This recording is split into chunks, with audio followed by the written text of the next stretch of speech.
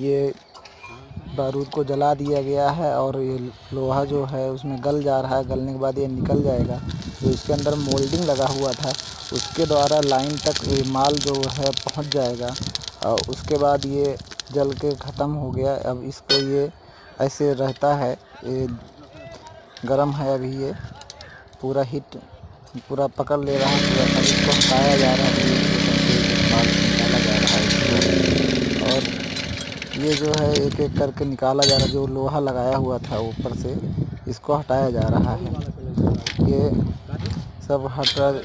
दूसरा पार्ट जो होगा आएगा उसको आप लोग देखना, इसको पूरा प्रोसेस इसमें दिखाया जाएगा। इसके आगे लंबा वीडियो पड़ रहा है ये।